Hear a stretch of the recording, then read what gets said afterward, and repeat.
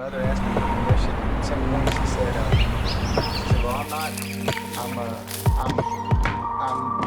Church of Christ. I'm not Catholic, and I'm not moving up north, and that's just the way it is." So my grandfather became a Church of Christ, and stayed down south, and that was that. So. Would you believe I'm Church of Christ? No, I would not believe that. Central Church of Christ. Okay. Are you Church of Christ? I was raised Church of Christ. Now I'm leaning more non-denominational.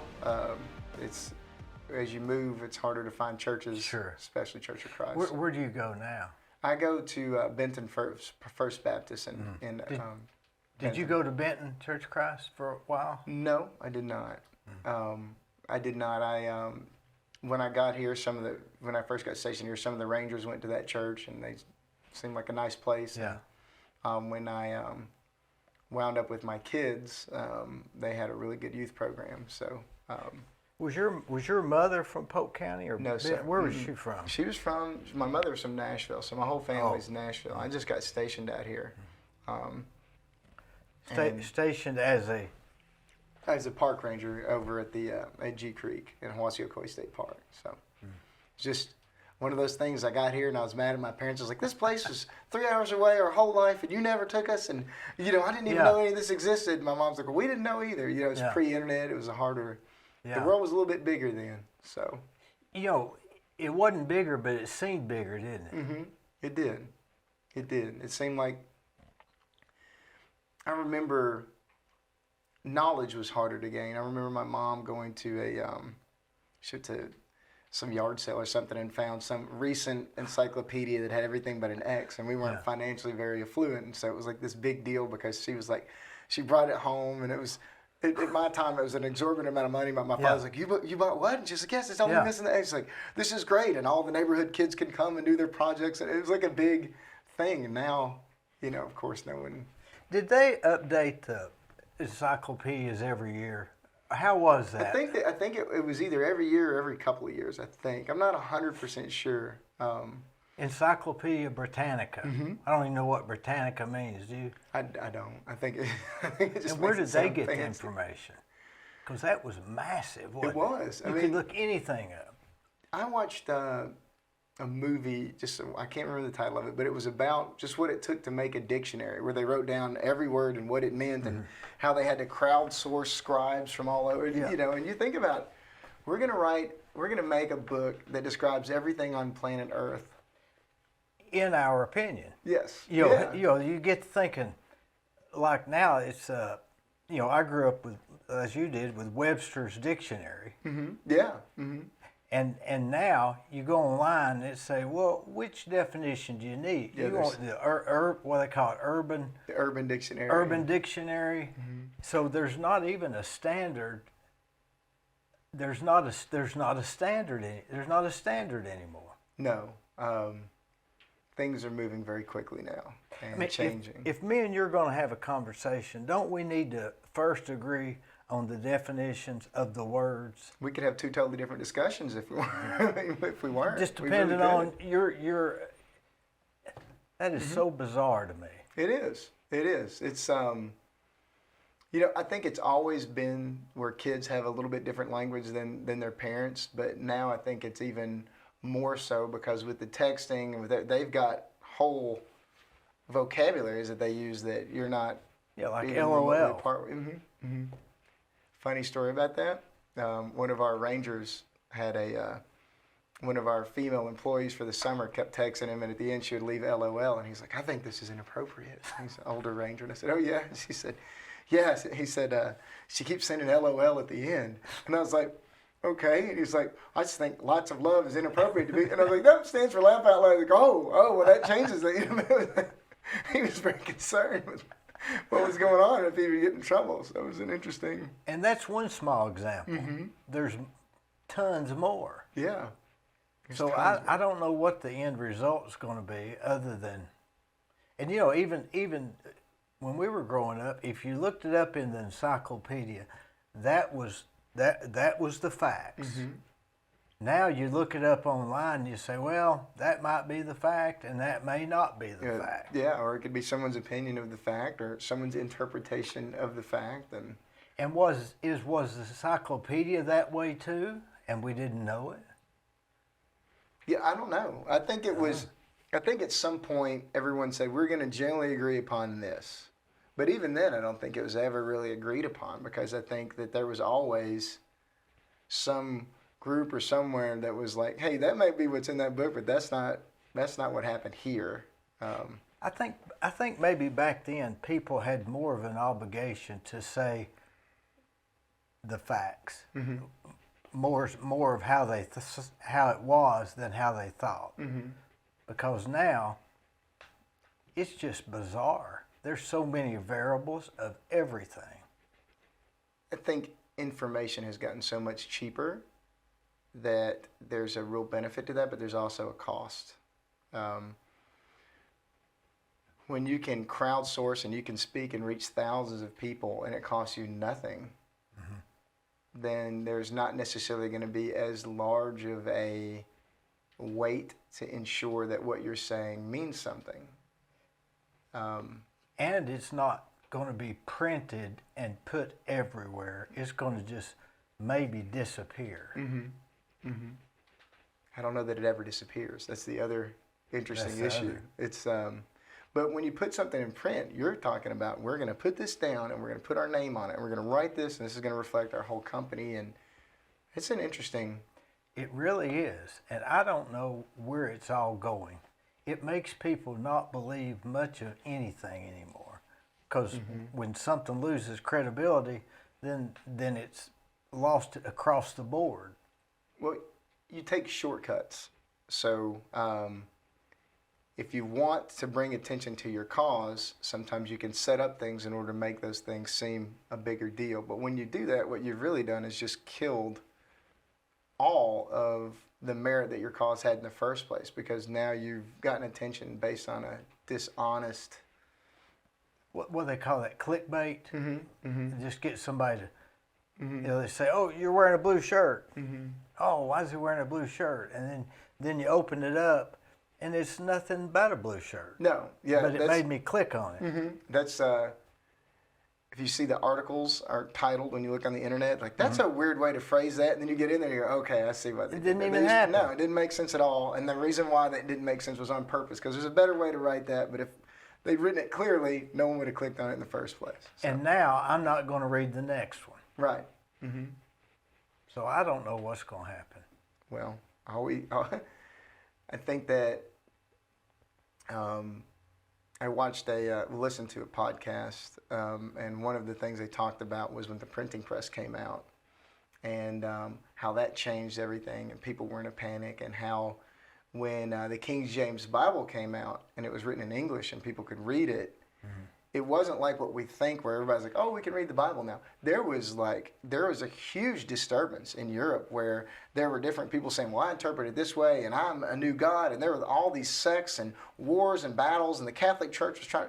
There was a lot. Cages of Munster is a great example of that. In Munster, Germany, there's 3 cages on top of this ancient church, and kind of the story behind that was right as soon as the King James Version was written in English, these group of guys is basically like, this guy is Christ come back and we're all supposed to worship him, and they kicked out everyone who didn't agree with them, and then there was a big battle and a siege, and those 3 guys were eventually put in cages above the church and just left there to rot. But there's always going to be with technology a disturbance, and even if that technology is something just like converting to English, it's going to be something that shakes us up, and we're going to have to adapt to it and figure it out.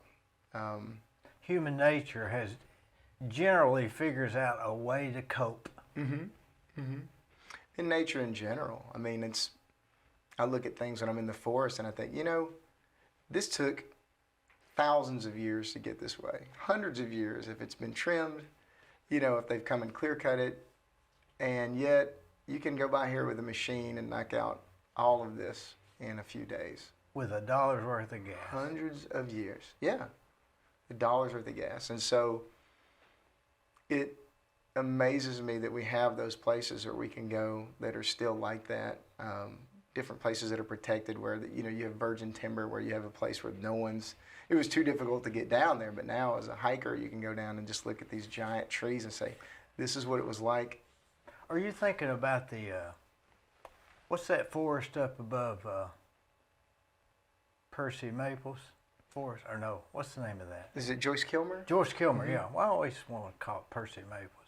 Joyce Kilmer. I was more thinking of South Cumberland State Park has they actually have in one of their big gulfs, which is another way to say valley. Basically, in one of their big gulfs, they have a giant virgin timber plot just because it was so hard to get down there. But all the other trees have been cut and grown back. But you get down there and there's these just giant.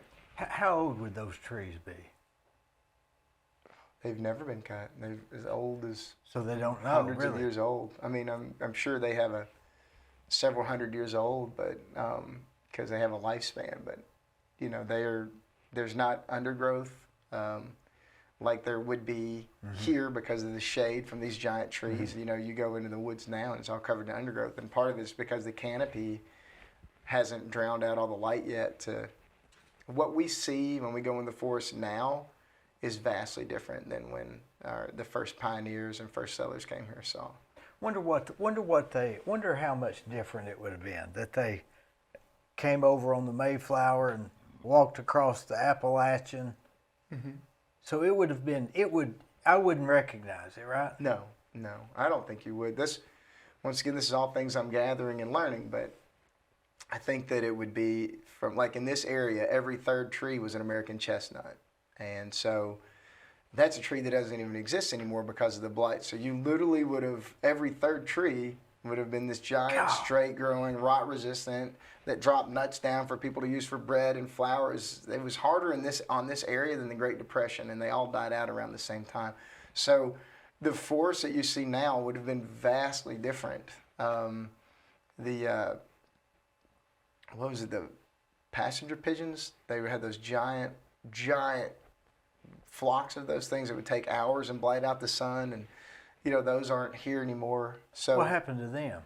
They basically were designed to grow in these massive groups, and you could just shoot in the air. We'd killed them all, but we didn't know we were wiping them out in the 1800s because it was just, we're just seeing these giant flocks, and you're just shooting in the air. And now you've got birds to eat, and then you're seeing, they come by every once in a while. You're not thinking about it. You're not thinking that you just went from 5 flocks to 4 flocks to 3 flocks. Incrementally. Incrementally. And they have to have large numbers in order to protect each other and survive. And once those numbers get so far down, they can't. So the chestnut tree, they used to make bread with it? Well, they crumble it up and make flour? I mean, like the song Chestnuts Roasting on an Open Fire, the old Christmas song. None of us have had chestnuts because those died out in the 30s. Are there no more around? There is an American Chestnut Foundation, and so what happens is the chestnuts will grow a certain height, and then they'll die out. So the stumps are still there, but the blight, whatever. So what they're trying to do is splice the genetics in them, because there are Japanese chestnuts that look different, but they're genetically very similar. And so they're trying to figure out how to splice those close enough to where we'll get maybe a 99% American chestnut that will kind of grow back similar. But is it possible to walk through the forest and see an original chestnut tree that we haven't seen yet? That's the hope. The hope is that someday, somewhere, someone is going to find a tree that has escaped that blight. And that's which is very possible. It's very possible. I mean, it's lots of forests out there. I wouldn't know it if I saw it. Well, that's exactly. Yeah. So maybe it's already been found 100 times and people don't know it. It's interesting because you just know that there are all these wonders out there, and a lot of people aren't aware of what's going on in the world around them, and so they miss it. They walk right past it. When did you decide? You're a park ranger? Yes, sir. I'm a state park ranger. Isn't that really, growing up, everybody wanted to do that, but everybody said you can't do it because it's too hard to get in, it's too hard to get. What made you? So, not to be disrespectful to those people, but I didn't even know that was a thing. I grew up in inner city Nashville. We didn't camp a lot. My father wasn't aware of how to camp. He loved the outdoors. He was a Vietnam veteran. My grandfather was a World War II veteran. My dad loved the outdoors, but he just didn't know anything about it. His version of camping was like a tent with an air conditioner and a TV in it, and that was camping. But my mom had read an article in a newspaper, and she said, "Hey, I read about this place. It's one of Tennessee's best kept secrets. It's called Rock Island State Park. You should go and you should check it out." And when I went there, there was a ranger there named Joe Moore, and Joe Moore was the manager. He worked a lot of weekends. He was a great example of a leader for his crew, and he was also a big fan of wrestling. Wrestling's big in Bradley County. Wrestling is not big where I was from, but I was our first and still only state champion that we ever had at Laverne High School. And so, what weight class? 140. And so, 1997, it was the last time they had a true state champion in the state of Tennessee. So, and you're it. Yes, sir, I am. So, yeah, I didn't know it was going to be the last time. And, so Joe Moore actually watched me win my state championship. He volunteered there. He was one of the announcers there, and he saw me. He said, "I just need to know how to spell your last name." Now, when a guy with a gun belt on and a badge says, "I need to know how to spell," you assume that you're in trouble. Yeah. And so I said, "Oh, I don't know." He said, "You don't know what's going on here, do you?" I was like, "I have no idea because I don't know you at all." And he said, "I watched you win your state championship," and he introduced me to the park and told me some advice on where to go eat. I was very new at camping, and so we became great friends. And after I came back from Iraq, I spent a lot of time camping. I'd gotten home from Iraq. I'd graduated from college, all within like 6 months. I got home from the war, took my last semester of college, and then I was just kind of there with $30,000 in the bank and just kind of didn't know what to do with my life. And so I camped a lot, and I enjoyed that time with Joe, and it kind of helped me heal from the war, just being in that environment. And I would take people on hikes and take people to show them waterfalls, and Joe was like, "You know, that's a career. It's called a park ranger. You ought to look into that." And I was like, "Well, my cousin's not the governor, and there's, I would never." He's like, "If you've got a degree, you got a good shot." And so he put me on the path to working as a seasonal and doing the things you needed to do to get to being a park ranger. And the entire time I was in that desert over in Iraq, I just prayed to be near water. I had surfing magazines, even though I just wanted to be near water. And the first full-time park that they assigned me was over here at Owasso State Park. So it was not one river, but two. And so I was like, that's an answer to prayers right there. Where is that? Where's your office at? In Delano at G Creek. It's right up 411. Right, yep. It's I'm right very there. familiar with it. Mm-hmm. And that's our head office. The Ocoee River wasn't really a state park until the 80s. And so the Hiwassee was a state park, had been there since 1972. And so they had rangers, they had all of that. And so when the Ocoee, the rafters started to come along and it started to become popular, TVA and the Forest Service really didn't know what to do with themselves. They were like, these guys, they keep coming, and I don't know. And so the deal was to allow the state parks to take over that and monitor it. So even though, we have this vast, number one whitewater rafting destination in America is over on the Ocoee. Our office is all the way in Delano. We're hoping to rectify that in the near future. We've been talking with TVA about getting an office on Highway 64. We're a little bit closer, a little bit able to help our guests a little better. How far? It's not very far, though. What, 20-minute drive or something? It's about 40 minutes from our office. Oh, yeah, when you go you up go the all the way mountain. down That's and all the right, way back around. So and if you're trying to find the Ocoee, you're trying to find outfitters or something, if you're over where we are, you're real lost because you're not on the right highway. So we'd like to have a little place right there that's a little closer where we could give some advice on trails to hike and just try to be more of a resource to our community in that area. Is that what your job is there, is to be a resource? Yes, Or sir. is it to monitor trash? Our job is to be a resource to our community and the citizens of Tennessee. That's our job as a park ranger. Our job is to serve. I'm not a perfect man, but I've always been a servant at heart. And so finding this job was a big blessing because it is our job to show you how to have fun with your family. It is our job to make sure that you make the most of your vacation, that you find what you're looking for. And if you get lost, it's our job to find you there too. So our main purpose is to help you reconnect with your cultural heritage as a Tennessean, to protect the values of what areas we have in Tennessee, and that's all state parks. Every state park is unique. It's there for a reason. It has a purpose and a reason why it was chosen to be there. It's not just, this is a pretty place, we should, mark it off as a state park. So people come to our park for adventure. They want to see what this world is about, and so our job is to kind of help inspire them and help instruct them.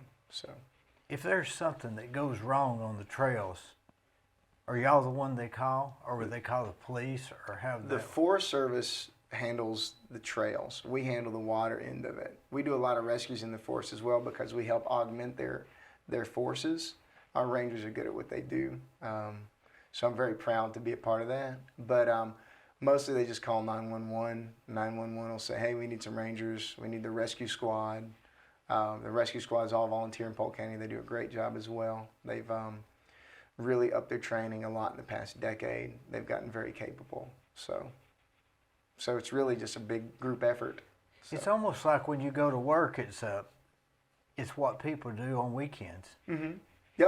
Oh yeah, very much so. And that's one of the things that we really try to encourage our seasonals and our crew is like, this might be Tuesday for you, but someone somewhere has bided their time. They saved up their vacation. They saved up their money. They've grabbed their children, and they are here, and they are excited.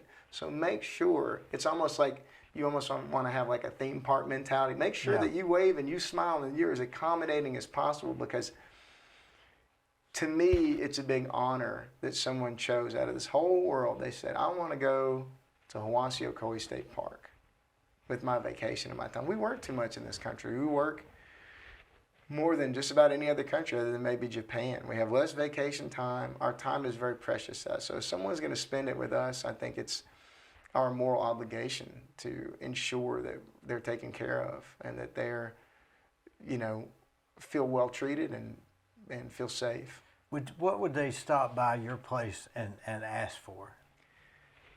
Everything. They don't know how to camp. They don't know where to hike. They don't know what the rivers are like. I'd prefer that they stop at our place a little bit more with river questions, because the Ocoee ranges from the upper Ocoee, where they had the 96 Olympics, the middle Ocoee, which is the most popular, to the lower Ocoee, which is basically like just a lazy float. The Hiwassee has a rough section at the upper. The middle is a little more tame, and the bottom is very tame. So when people say, hey, we went tubing down the Hiwassee, it was great, blah, blah, blah, the sections matter, but a lot of people don't understand that. So they'll go all the way to the top just because that's where they heard everybody's going, and then they'll get beat up. And so we want to be there to be a resource to help answer questions and answer things. We want to be the launch pad to adventure for people. That's kind of what we've moved to as a park. And so they ask, where's a good place to mountain bike if you're new at it? Where's a great place to take my son to inspire him to hike? Because I don't want to just wander around somewhere miserable. I want it to be fun. And so we give advice and we collect those good trails and make sure people find what they're looking for there. Up above Webb's store, you go there a lot, I guess, right? Yep. Have you been I guess you've been to the swinging bridge that's yes, sir. up past there. Yes, sir. It's a great place to go at night and stargaze, too. I've never done that at night. Mm-hmm. Most people haven't, but it's a little extra thing to do sometimes. That Webb's store is such an interesting place. I love to go there.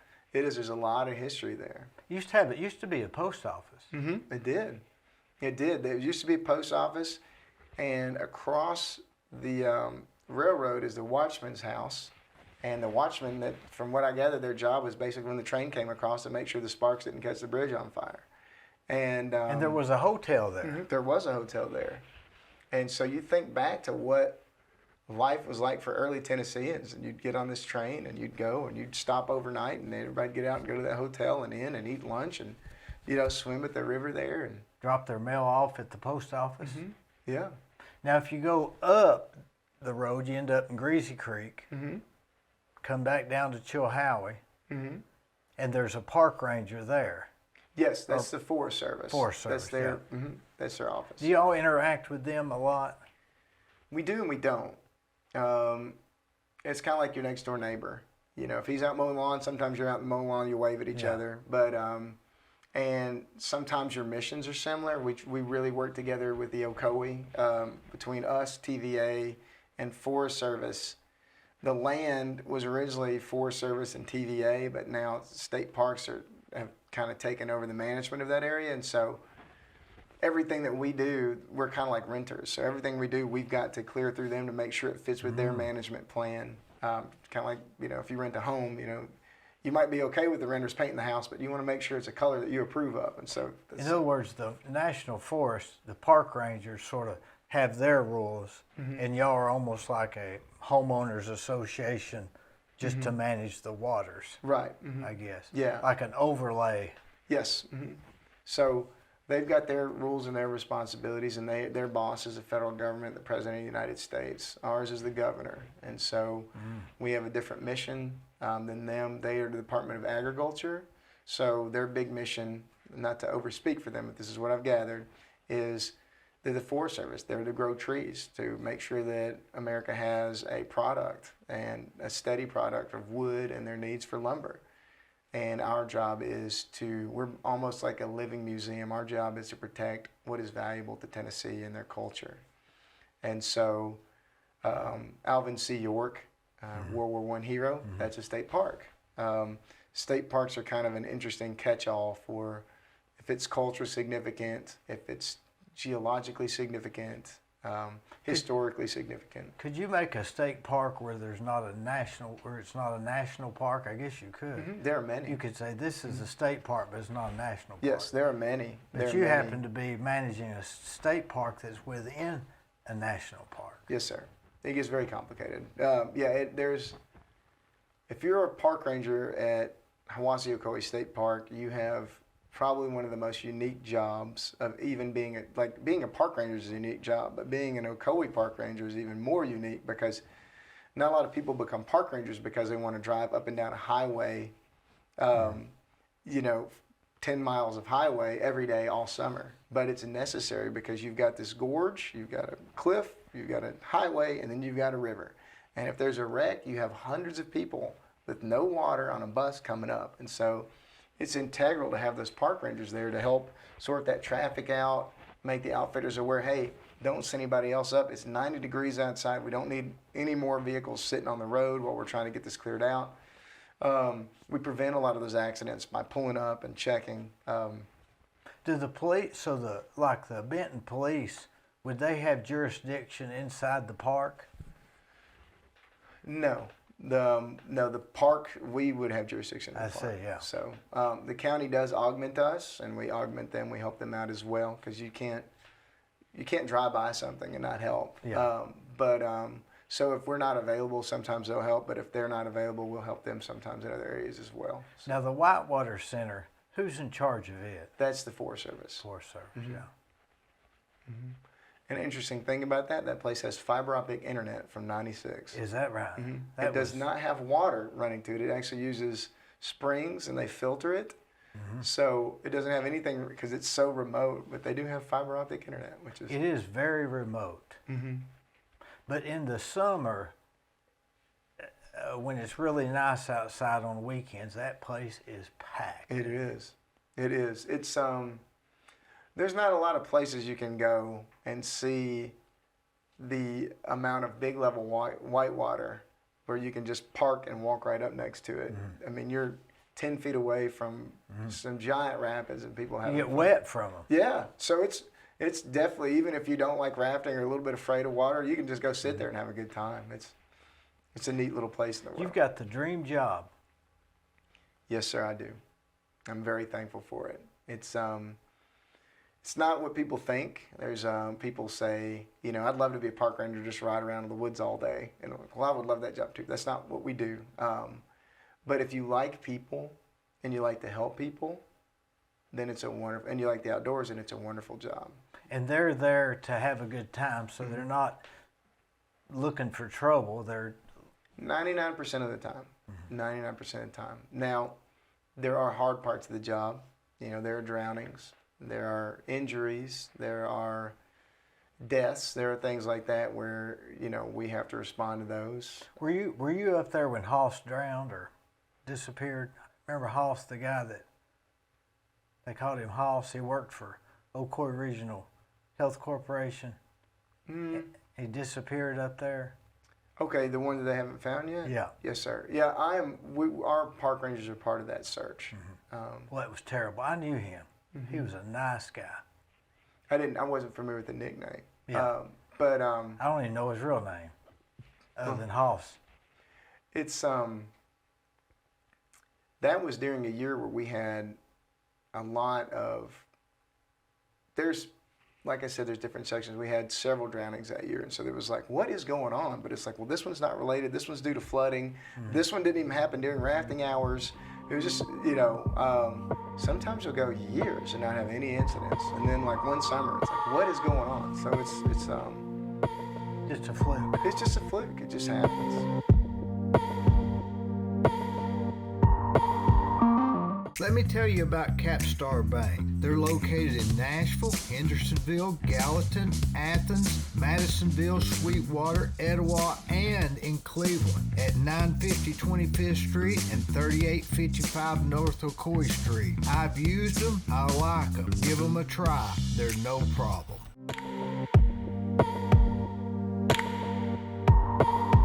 Water is one of those things that it's different than a cliff. A cliff is always dangerous. There's never a time where it's like, well, it's safe now. But water is, even the same river, if they're not generating water, you can walk right across it and, it's safe. And last time I played it was fine. And then you come and it's a little higher and, oh, well, it's generally okay. It's very easy to underestimate. And if I've learned anything as a Ocoee Ranger, I've learned that. Water is tricky. So If you can have a leak in a house and never find it. Mm-hmm. Yeah. So it's, water is, and it's a powerful force. It is. It is. But it's so fun too. And that's kind of the mentality, I think, that we in our world, we were talking about technology earlier. We were discussing that. We spend so much money going to Disney World, and we spend so much money going to theme parks. And it's almost an extension of what life is like. There's lines, there's rules, there's all these things that just kind of herd you along. And then you get into the natural world, and that's not like that at all. It's a choose your own adventure. The only rules I try to tell my guests are like, hey, look, wherever we go, if you get hurt, I got to carry you out of here. So let's just make sure that we don't get hurt. Yeah. But other than that, let's have a good time. If you grow up in the city, you learn to look both ways across the street, not walk around in near alleys with a bunch of money in your hand. The woods is sort of the same thing. You learn to look down because there's potential snakes. They're not out there trying to get us. They're Or not a slick root. Don't step on you, twist your ankle. Mm-hmm. Yeah, exactly. And a mile is way further than you'd like for it to be if you're injured. But what can you learn about yourself, and what can you learn about the peace that you feel from being outdoors? Just kids with ADHD will go out there that have been just a nightmare in a classroom, and all of a sudden they are the most useful, helpful, observant people in the world, because all of that sitting, all of that energy that they have is now focused, and they're looking and they're feeling and they're smelling. And I think that's good for all of us. I think that that's where we came from. Why is that? Why is that it's like you go to these theme parks and they have these made up forests. Why not just go to the forest? Because it's safe. The plastic trees and the made up things are a little bit safer than the outdoors and the freedom of our choice that we have. I think you get people who appreciate things differently in life. I think the people who find what they're looking for outdoors, I think they find a different thing because it's not inherently dangerous, but you're going to be a little bit more free of repercussions. Repercussions, Yeah. Yes. So you're going to have repercussions less in a plastic forest at a theme park, going down a water slide than you might have if you find a natural water slides in the forest. But the feeling that you get when you find that natural water slide, the feeling that you get when you go on that adventure is something you're can't. not sure if you're going to get back in time. There's something about that. Yeah. It's in us. It's in us to want to see what we're capable of. We need to have a space where there aren't rules. We need to have, one of the things I've read in a book, Richard Louv wrote a book, Last Child in the Woods. And one of the things about that book that I thought struck me was like, we don't have free play. We have playgrounds, but we have slides that are supposed to be used a certain way, and then what do? You fuss at them if they try to climb up the slide or go down the pole wrong. Or pea gravel on the ground. You know, what do our kids do the minute they're 5 years old? You put them in soccer. You put them in these rules, and we focus, and we're all working together as a team, but they very rarely have a place where they just have just their imaginations. And we very rarely have a place as adults where we just have our imaginations and we can just listen and use all of our senses. And I think that is the beauty and the magic of the wilderness, is that we built this playground about 15 years ago when I first got there. We spent $30,000 on playground equipment. We put this whole thing in. And at the very end of it, one of our rangers said, we ought to put in a little sandbox. So we corner off this little sandbox and put it in. And that's like the, you know, $30 worth of sand. Yeah. You know, $30,000, $30. Yeah.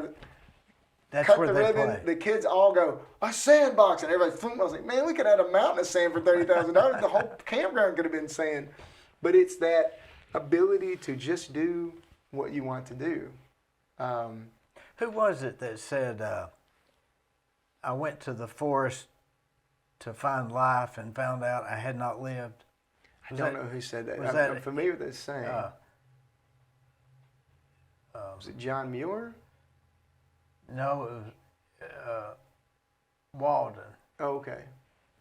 Who's that guy Henry that went? David Thoreau. Thoreau, yeah. Thoreau said that. Yeah. Because he went and lived in the forest. Yes, he did. At Walden's Pond. A person should read that book once a year. I think it's a great book. I think it's a wonderful book. From what I hear, I've never been there, but people who go see the pond is like, it's smaller than I thought it would be. Doesn't take much sometimes. And you know, somebody told me that he actually went and stayed at motels during the period. But still, I think what he was saying was true. And you know, if you ever study Buddhism, they go out into the woods. And I think what you said about something about using all six of your senses is somehow therapeutic. Jesus Christ went into the woods as well. He did. When Garden of Gethsemane. Several times when he was tempted by the devil, he went into the wilderness and thought. So there is something there to that. I think that there are actually theories of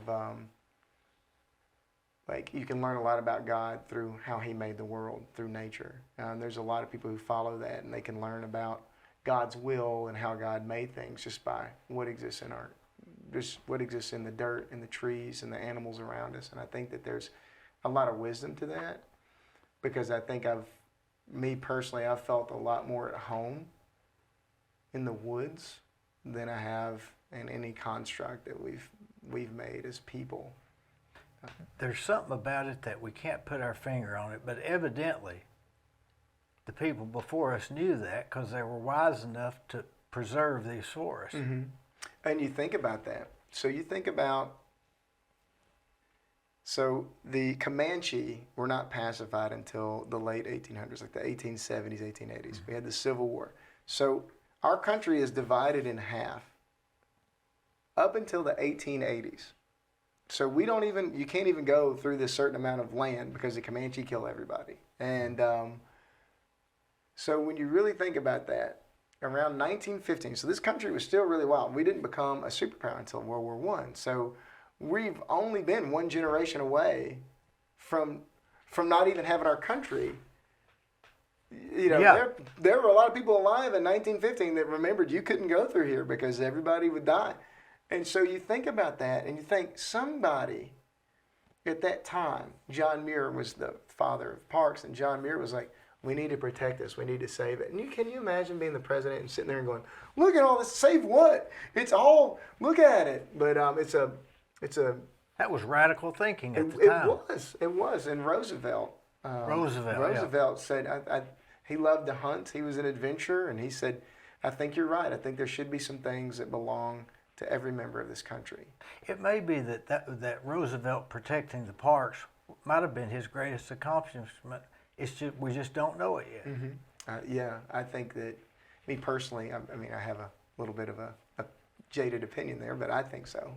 I think that he had I think that was a huge accomplishment on his part. And to protect land for perpetuity when there was so much land in the beginning. And what that did was that led to states deciding this is particularly special to us, and cities that said, hey, we like this little area. You look at New York City and you look at them when they were building this city, and they said we need to have a Central green Park. area, Central Park. We need to have somewhere for people to get out and hear birds and smell smells. And If you was to take Central Park with the prices of real estate now and divide it up into tracts, it'd be worth billions of dollars. But yet they choose not to do that. Exactly, and there's a lot of wisdom in that. People need that. Are they? They're not even inching away at it at all. It is what it is. It is what it is. From what I understand, I mean, it could change tomorrow, but from what I understand, it is what it is, and it was what it was, and it's just, and so. Now, if you went to a foreign country where they didn't have trees like we have, but they had nature, I think it would do the same thing, don't you? I don't think it's just the national forest. It's a matter of. Well, yeah. What inspired me to be outdoors was seeing the stars in Iraq for the first time. Growing up in Nashville, you don't see stars. You don't see that much nature. I mean, there's just a lot of light pollution. And so you get out there in that desert in the middle of nowhere, and everything goes down, and you look up and the whole universe is right in front of you. It is something to see. Is the silence deafening? As they say? I've been places where it was so quiet that it was deafening. I wish it was that way. I'm on an army base, so it's there's always gear, equipment, something running, and there's always wind in the desert too. So it's not quiet because always. Like what mile per hour is the wind usually? Think like the beach. Like when you go to the beach, there's just not a lot to obstruct it. So there's always. If you something look going through. into the wind, you'll often get sand in your eye. That kind of speed. Yeah, they'd have not all the time, but they'd have sandstorms. That's why they wear those scarves over there. Yeah, and it's also a lot better to be fully clothed than uncovered in that kind of heat because your sweat doesn't immediately evaporate. That was something I learned. You'd have these little white rings around your elbows where all the salt was all that was left because it was just evaporating so fast. So, did you see the movie Hidalgo? I did. Was that similar to? It is. It's very similar. It's very similar. That desert stretches.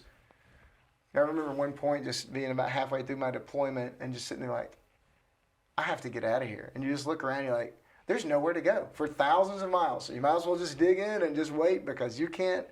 It's just so much sand. But it's such a different thing. And man, I would wake up and we would sleep on our trucks. We were there for the invasion. And so our trucks became like our homes. And you'd see some giant lizard come out of the sand and go after something and get back in, birds. And you're like, there's so much going on just out here in this sand. So I agree with you. I think anything natural, wherever you're at, is going to bring a certain amount of peace to you. And I would go out and I would run to try to stay fit. And when you would run out in the middle of that desert where the only way to get yourself back is to follow your footprints that were steadily getting blown by the sand, and you see the sand dunes and the sand getting blown up. It's just that's probably the closest I've ever felt to God was. What possessed you to go to the Army? Um, You're younger than me, right? Yes, sir. I am, maybe not much. I'm 42 years old. So it wasn't something that I was planning on doing. My father was a Vietnam veteran. He was drafted, and so he did not want me to join the Army.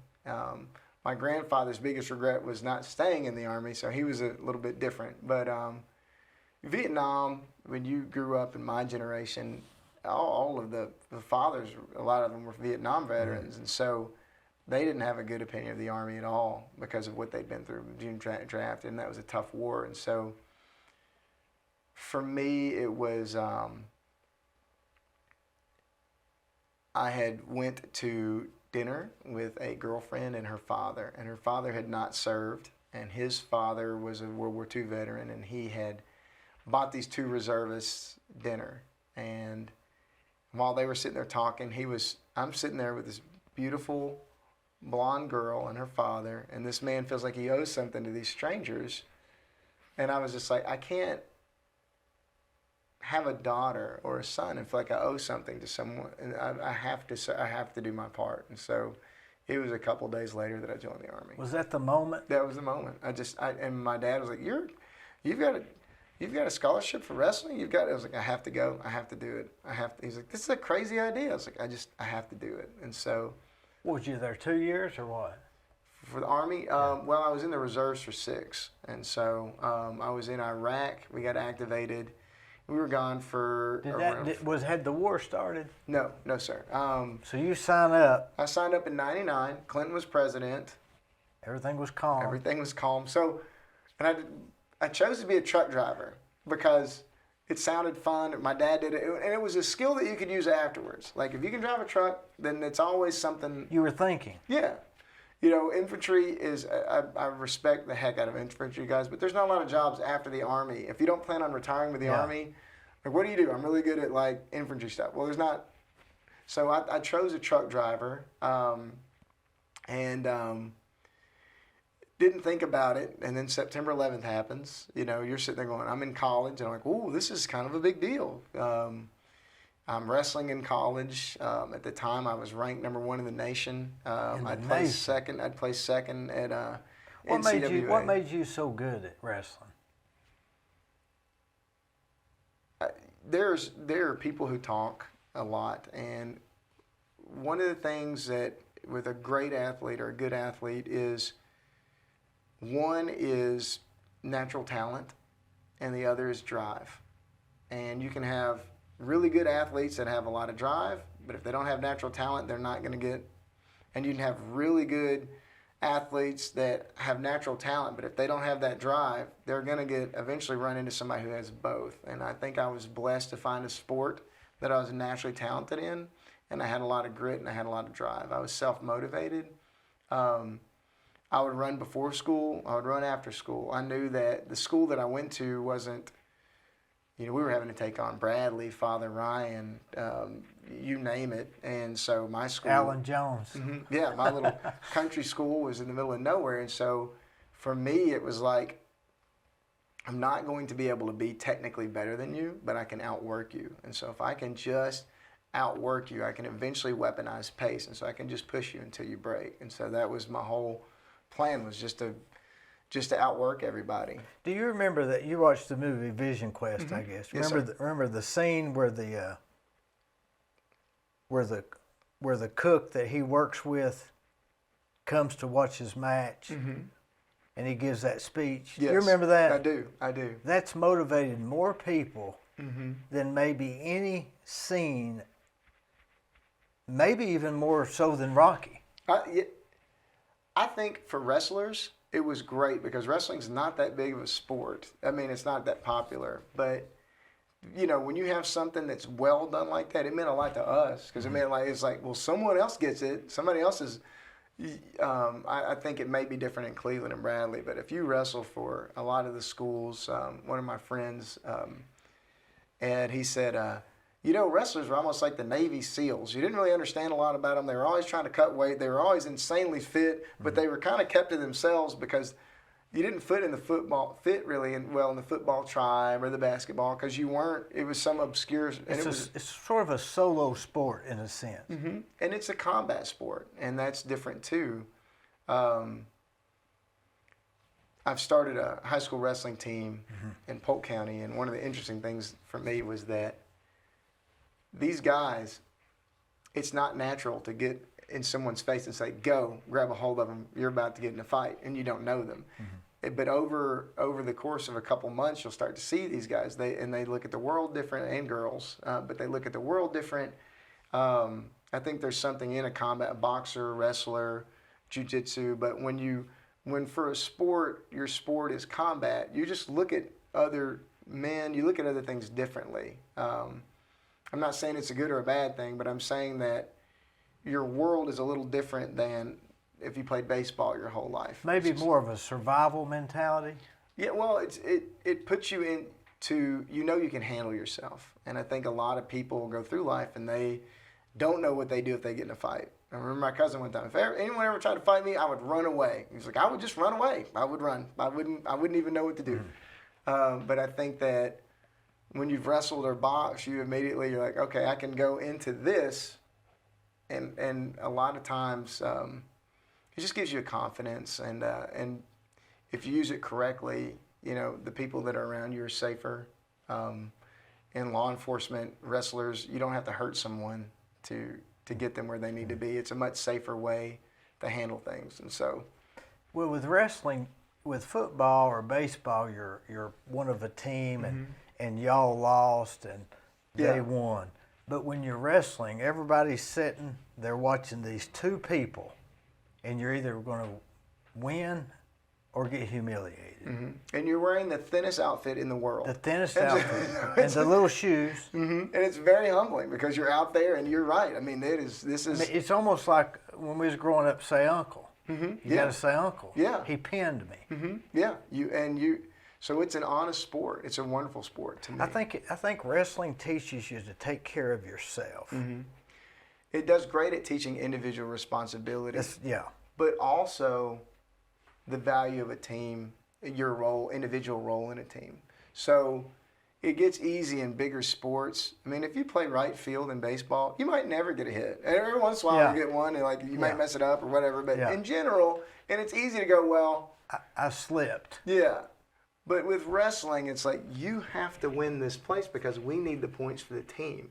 And it's not 9 innings. You got 3 minutes here. Well, 6. So it's 6 minutes grand total. So it's 3 2-minute periods. And so, it's like you've got to handle your business. And, I can't wrestle by myself. It's not like golf or something where I could go. I have to have someone there. So if you're not running and you're not training and you're not doing what you need to do, then I can't get the workout I need. So we all have to be disciplined. We all have to take care of ourselves because we need each other to get better at the craft that we've chosen. So it's just a different mentality.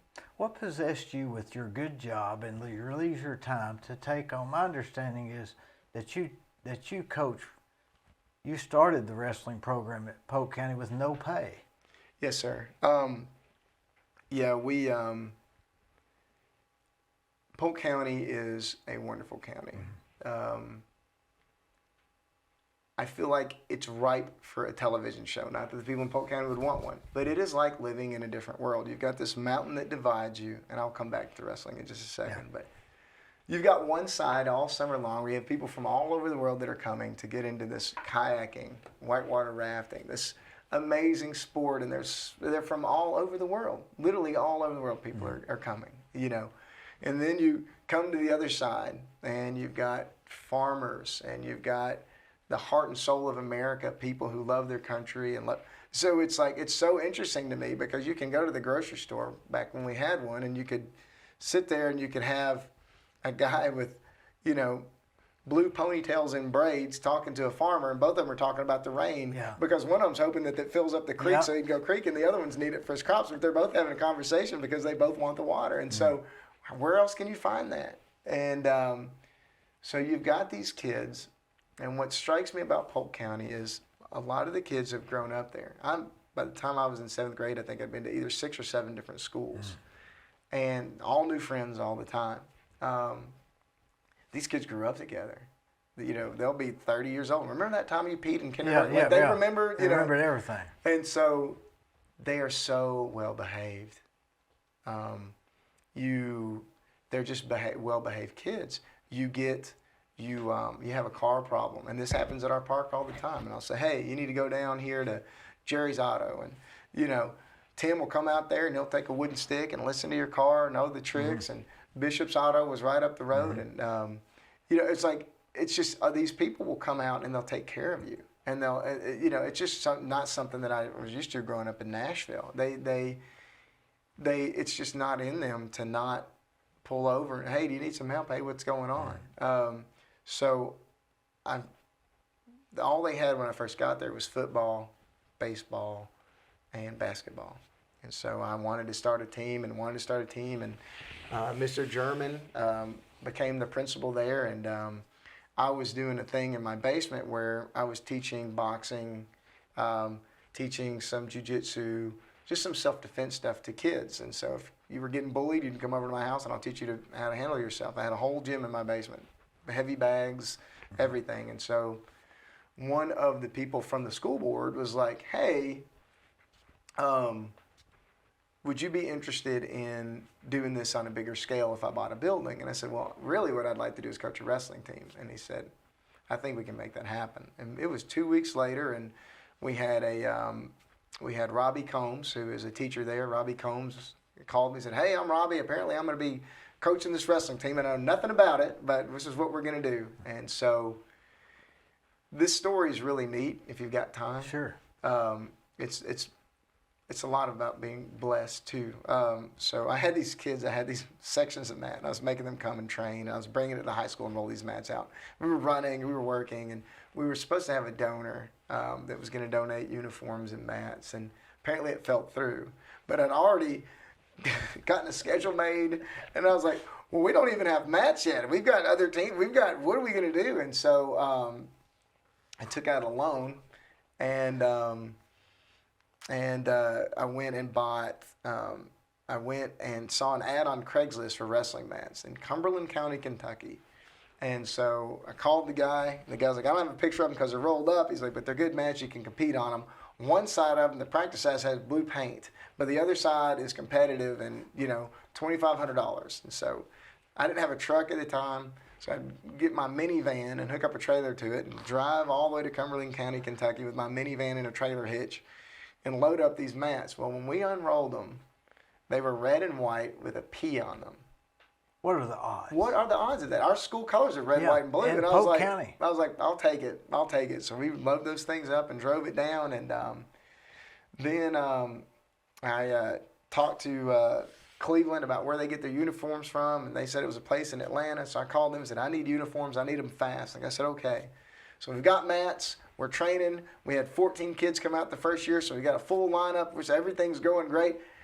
We've got our first match as an in-school match, and we don't have uniforms because it's getting delayed. And so I called that guy and I said, hey, man, I've got a match on Thursday. He said, we're going to mail them on Wednesday. He said, they won't be here by Thursday. I'll come get them. So I drove down on Wednesday, picked up the uniforms. So the first day the kids even got to see their uniforms the day they were wearing them. We lost every match but one. But it was our first time, and you're competing against kids who've done it their whole life. Mm-hmm.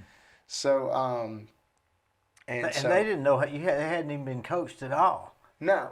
I mean, they've been coached by me, but I mean, you're competing with kids from kindergarten.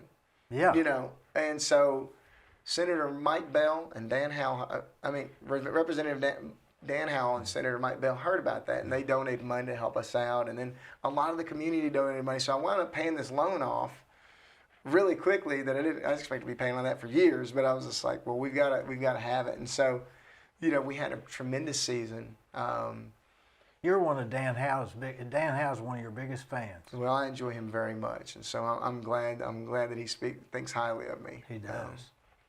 He wanted to go look at a bridge one time, and they washed out a spot, and I got my truck stuck, and I was a little embarrassed in front of him because that thing just went straight into the ground. I was like, well, we're stuck here, and he was very calm about it. And, well, let's go look at the bridge. And so he's a very adaptive man in that area. So, but I've enjoyed getting to know him and Mike Bell very much, and it's glad to have someone on your team who you can call that are like, hey, what problems are you having? Mm-hmm. I remember asking him what one of his favorite parts of his job was, and he told me about a guy who'd been in some trouble and gotten his life straightened out, and him helping kind of smooth that guy's way, and the guy has never let him down. He said that was one of the most rewarding parts of his job as a representative. So.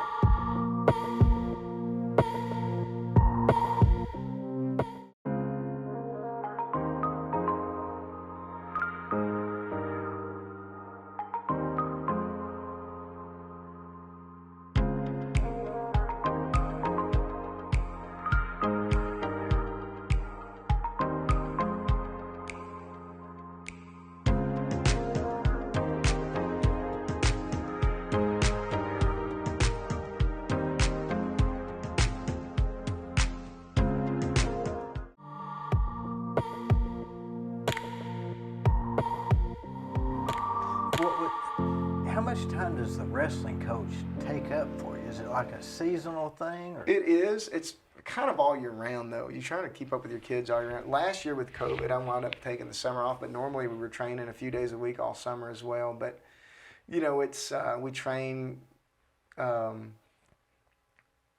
days a week, 2 hours a day.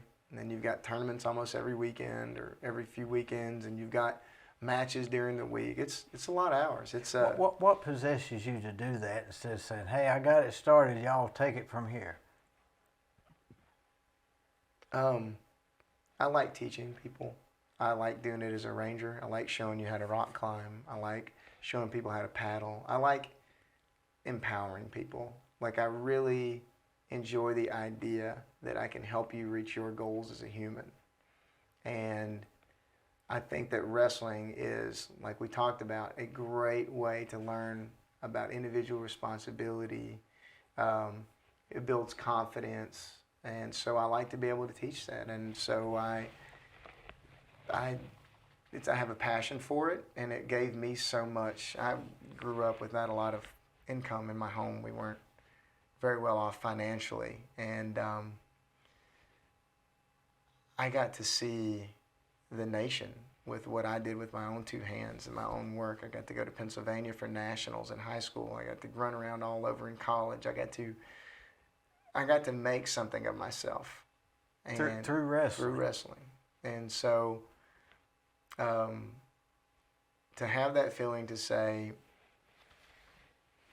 I don't know what your childhood was like, but when you grow up and the majority of your things that you have is from Goodwill or hand-me-downs, and everything seems like it's stacked against you. Like the football team that you play from up the road from your little neighborhood, they're always getting beat because they have better coaches or better this or better that or better baseball bats or, their uniforms look better. Everything's always stacked against you. And for just a small amount of time with wrestling, it's like, I've got 6 minutes and there's nothing you can do to buy your way out of this. You can't I'm going to outwork you. And to know that this is like an evener in life, and that, this is fair. It's all fair here. What did you build? What did you make for yourself? That's. And you're saying, I'm going to beat you because of the work I did. Mm-hmm. And I'm not going to lose to you because you had better equipment, or because you had, better this or better that, or, your team just had. It's, I think people don't, when you grow up in bad neighborhoods and rougher places, and even with our county's wrestling team, I'm so amazed at what we do, because we don't get the athletes. The football stars don't come out for it. You'd think they would, but they don't. We get kids who just don't, kind of been wandering around in the halls, and all of a sudden they're trying this sport out. And so we're making state medalists out of kids who, we had one kid who said that he was told that he was too out of shape for the football team and it would be a waste of time. And so he didn't come out until his junior year, and he weighed 340 pounds. The most you're allowed to weigh is 285. And I said, hey, love to have you. You can come train with us all day, but unless you lose a significant amount of weight. He was our first state medalist his senior year. He lost 55 pounds, competed, and was our first state medalist. And so to have that story for those kids, a lot of our kids are adopted, or they live in, live in single parent. They live, so to be able to tell them the lessons I learned from that is to say, hey, life is what you make of it. You can make excuses all day, or you can get out there and you can work, and that's up to you. And some people, it is stacked against them. It is. I mean, we I hear people say, oh, well, no, it's all in their mind, or it is stacked against some people, and they really, unless somebody helps them, mm-hmm. they can't get here from there. Mm-hmm. They just can't happen. Yeah. Without luck. Yeah, oh, you're right. I mean, you can't. I think that's what I like about the river, too. You see a lot of these river guys, they come from, kind of misfits, and they find themselves, they find somewhere where they're good at something, and people are happy to see them. I mean, the guides. Yeah, the guides. We yes. call them river rats. Yes, sir. Mm-hmm. Yeah. But they're great guys. I know a bunch of them. They're amazing, and the skill level that they have. Mm-hmm. But it's like, and they care for the people that are riding with them. Mm-hmm. They really care. They do. But it's like, you imagine coming from a broken home, College wasn't really a good option for you. You didn't make that good a grade in school. A, because part of it is you weren't sleeping that well because your parents were fighting or your stepdad or whatever it is. You're trying to find a meal, you know, and then you find something and you're like, oh, I'm going to get great at this. And so, man, the sacrifice I've seen those guys make to help take care of their guests and the stories that it's inspiring, really. And so, you know, I'm blessed to be in a place where I watch a kid who didn't have a lot going for him be able to go out there and go to war. I remember I had a kid who was in some legal trouble when he got started. Actually, I had to talk to his probation officer and say, he's going to be at wrestling practice every day. I promise. I'll let you know if he's not, but he's going to be here. And that kid made it to state his freshman year. And state tournament in Nashville has 8 mats. It's this giant arena, thousands of people there. And to see that little 112-pound kid wander down and just go to work, you know, he won 1 match. But he was the only kid on our team that won a match that first year at state. And I'm like, to see that kid do that was just... It's inspiring. It's inspiring. I mean, it's... So to be able to have a life where you're around that at work, where you're around that in your personal time, you know, it's not me doing it. I'm just hoping to be, a part of helping them have those opportunities. You know, I'm not the one who's got to get You'll be remembered by some of these people forever. And some of them you don't even know that you're doing that for them. I think that's when I got home from Iraq, I had just a lot going on, and I had a sport bike, and I could drive too fast everywhere, and I had I don't even know the man's name, and he showed me his badge. He said, pull over. And so I said, okay. So I pulled over. It's an old man. And he noticed my army boots I was wearing, noticed my haircut. He said, you military? I said, I just got home from Iraq. He said, I fought in Korea. He said, let's have a seat. And he talked to me about just anger and about things 30, 45 minutes. And he said, you good? And I said, yes, sir. I mean, he just talked to me about things that I didn't even know was an issue. He took a little bit of time out of his day. And it helped me so much in what I was going through to understand that other people had been there too, because I couldn't convey the words. And so if I can help people in that way, it's a blessing. What are the odds of him stopping you? What are the odds? But think about that. Yeah, staggeringly not good. About like unrolling the mat and it having a red P on it. So when we think about that as well, we think about what are the odds of us, if we look around, being able to help people on a day-to-day basis. What influence could we have if we just take a few minutes to say, how's your day-to-day to people? You know, the Boys and Girls Club one time, I showed somebody how to change a tire, and years later that person ran into me and was like, my mom had a flat tire. It was the middle of the night, and I told her I know how to change it. And you showed that. It was like, I didn't even think you guys were paying attention. I thought it was just a reason to get out of the building, you know. Yeah. So, you know, I just think that's when you signed up to go to the military, you were wanting to serve then. Yes, sir. Did you see any combat there?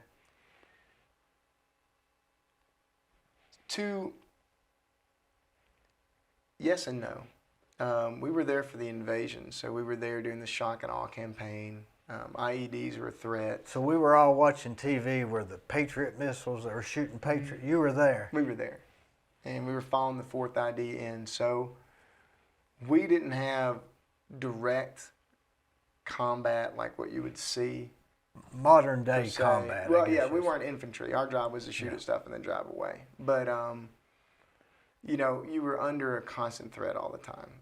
IEDs, because we were there in the invasion, sometimes our bases we were on would be mortared and things like that. So, did you ever have to take cover because there's mortar in it? Well, it depends on your philosophy. I've learned about this a lot more. So when you first get in country, you're just convinced like every bullet has your name on it. You don't want to die. Well, then there's this long period like, I can't sit there and go through that forever. I'm going to go crazy. So then you just kind of have this devil may care attitude. Within the last month or so, you're like, I don't want to die. And so it goes back to that being careful. And so the mortars were so sporadic, and you're like, I could run into one. So you'd basically just like, if they were zoning down, I would, but I'm just going to sit here and just kind of hang out. And so, you got immune to it, I guess. yeah, right? you did. You just got immune to it. How long was you there? We were there 12 months overseas. You keep saying we. When you talk about the military, you keep saying we. Well, yes, sir. Do they Yeah. do they drill that in your head? I don't know. I mean, we operate as a team, but it was a shared experience. I don't know. I guess I've always done that. That's an interesting observation. When it comes to everything else, it's you, but when you talk about the military, it's we. Well, we left together as a unit, and we came back together, and I made some of my best friends in the How world. many were in the unit? Around 100 in our platoon, and then in our company. And so we were mixed between Nashville, which is where I was, and Chattanooga, 212th Transportation Division. And so you get over there and you learn all these things, and you're learning it all together. You get lost. We're all lost together. So there is a lot of we to it, because you're never really alone. You're in a truck with someone all the time. And so, were you ever scared over there? you spend a lot of time anticipating. It would be kind of like if you lived at your home and someone banged on your window with a knife and a flashlight, and you're like, oh, that's scary, and then they disappeared, and then they popped up, and then you heard about some neighbor up the road who get killed. So you could never relax, because you spend the whole time, like, is that an IED? You're looking at anything you drive by. Is that going to blow us up? Pins and needles, they call All it. the You're time. on pins Yeah, and needles. all the time, because you don't know you're going through Baghdad. You're going through large, massive amounts of people. Are we going to get shot at? Are we not? There was just a stress there. So you drove through Baghdad at sometimes? Yes, sir. Like on TV where they're standing on the truck and you're driving Yeah, through? yeah. We were. Some of the times I was on a 50 caliber machine gun. It was a turret, so you'd stand outside of it and spin around. And so I mostly drove, and my co-pilot would be out there, but I would also switch up. But so yeah, you would. So you were the guy driving on top of the tank, like on those plastic cars. Well, I wasn't on a tank. We were in a big truck, but our But truck, you had we had gunships. So we had a 50 caliber for our truck, which is interesting because my father was on a fire base in Vietnam, and one of his jobs was to run a 50 caliber. And then my grandfather was a drill sergeant, and there's pictures of him showing people how to use a 50 caliber. I was like, wow, I didn't even know it, but we've all used the same weapon for 3 generations. Yeah. It's pretty interesting. That is interesting. They made that weapon really well the first time they made it, apparently, because there hasn't been a lot of change in it. So, when you were on the base, was it a tented base or were there buildings on the base? So when we first got there, we were in Camp Victory, and so that was before we went in for the invasion. And so we were on. It was all tents, and you would sleep on the ground. There's 100 people in a 60-man tent. It was super hot. It was miserable. And then they slowly built that up to where they would put air conditioning in, and they put in extra tents, and it was just a thing. But then you would get somewhere, and you would just sleep on your truck a lot of times, or the unit would kind of have a place where, like, well, we're going to start running missions out of Tikrit or somewhere like that. So you would be in Tikrit, and so it would be just some building that was on a base that had been blown up, and then you made a house. And you would see people be so crafty.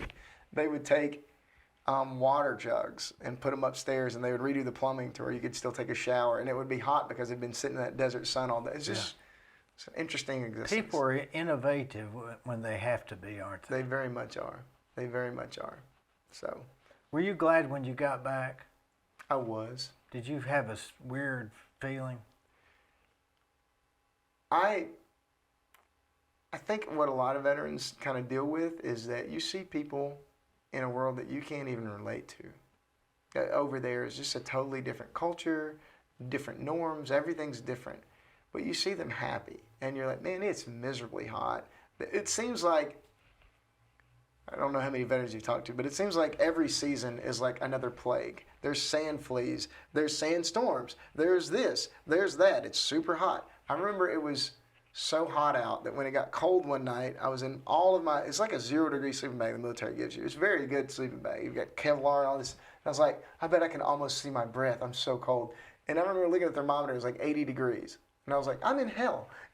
But you'd have it go from like 130 to 80 or 140 to 80. And so the temperature swing was so much that when it dropped down to 80, you think about it going from, a 50-degree swing, 100 to 50 here would be, or 50 to 0. Yeah. That's a big swing in the day. Yeah. And so, but just the amount of happiness they had there was, they just found a way to smile. And then you get here and everybody's got plenty to eat.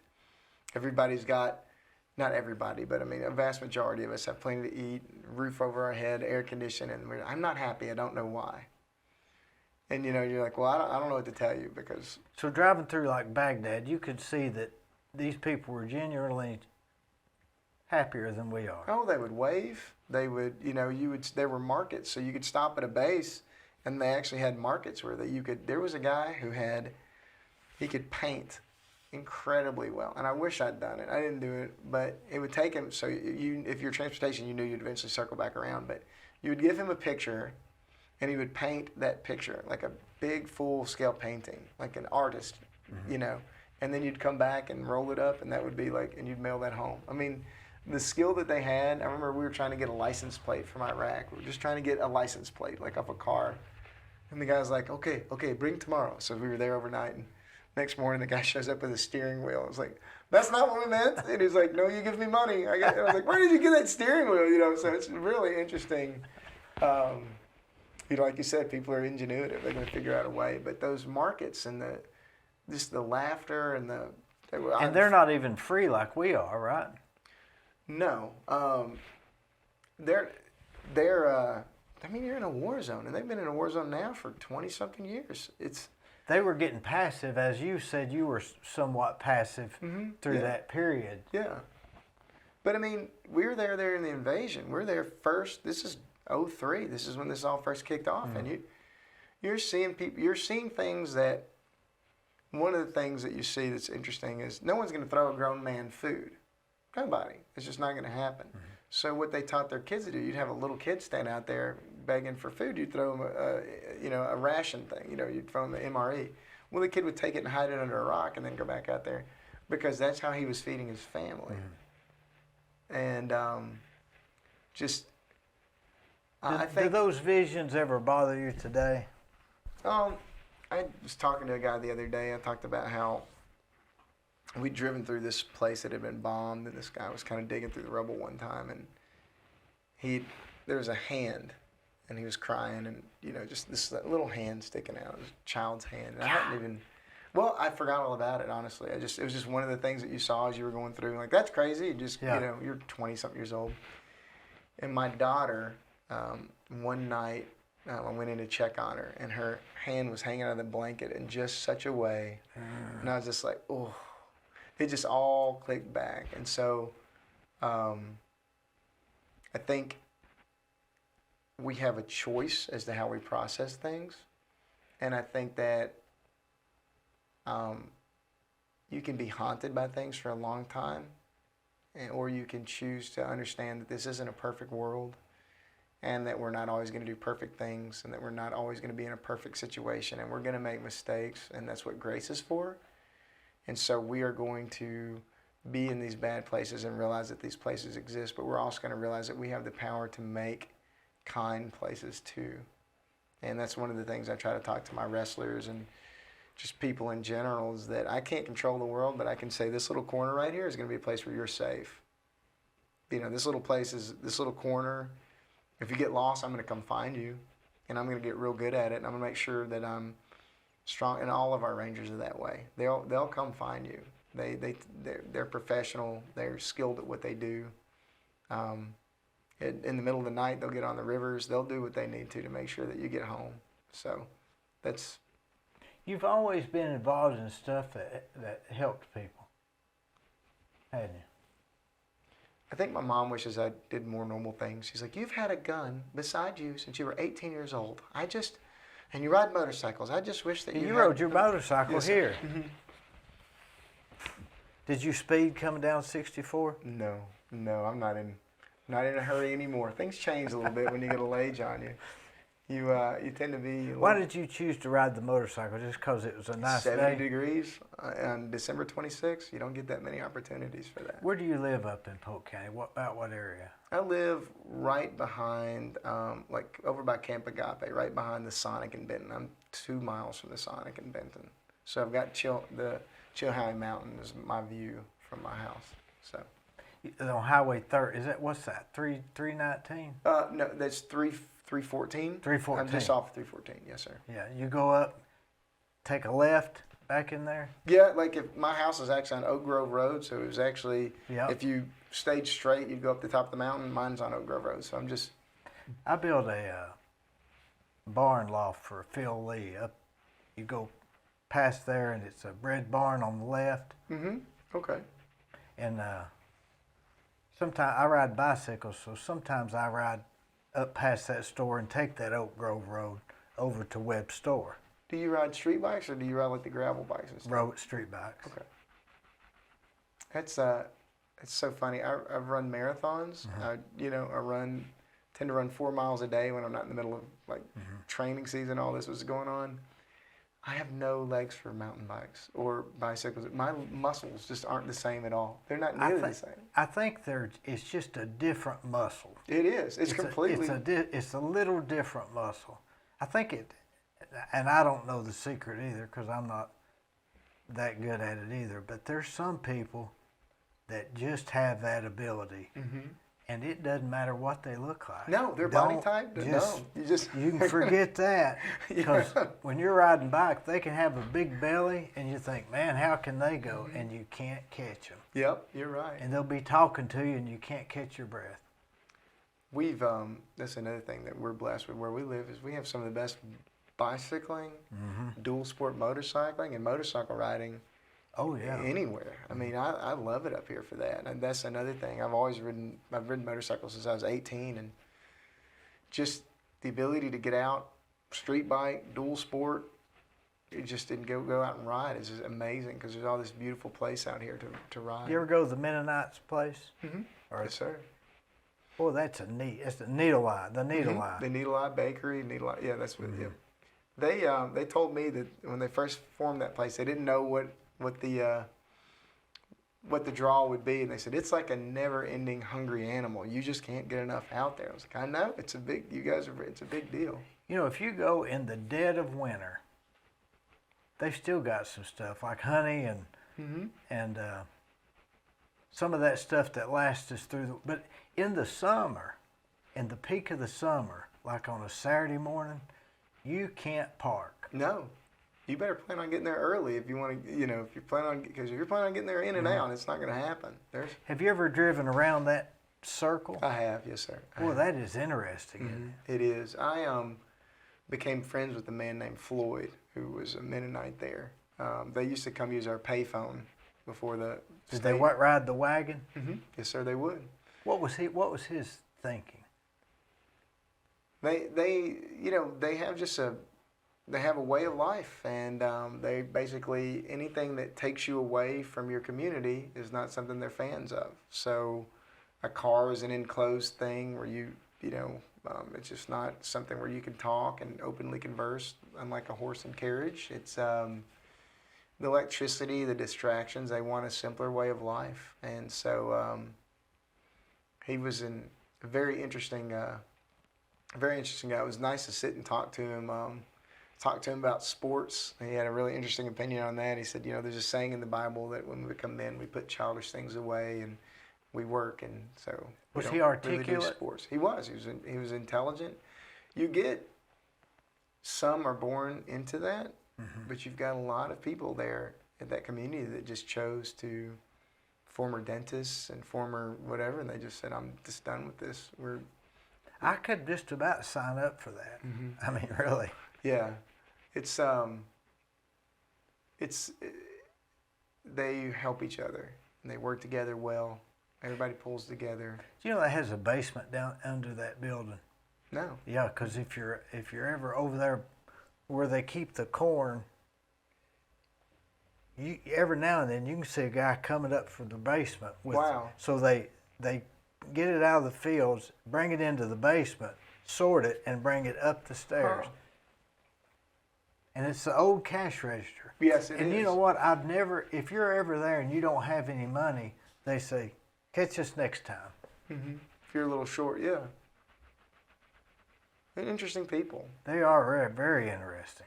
Now, the Amish are different than the Mennonites. Mm-hmm. They are. They're a different sect, kind of like Church of Christ and Baptist. They say the Mennonites are the liberal Amish. They are. I mean, obviously we have a little bit more of a little less liberal branch of the Mennonites because they don't have any power. But there are Mennonites, up in Pennsylvania that drive cars and everything. So it's an interesting. Yeah, it is. And the Amish are more strict than these Mennonites. Mm-hmm. Yeah. So.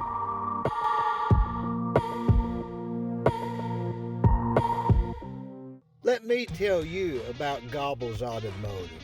They're on North Lee Highway, just past Captain D's. They're family owned, they're family operated. My whole family uses it. They've stood the test of time. They will do you a good job. Give them a try. They're no problem.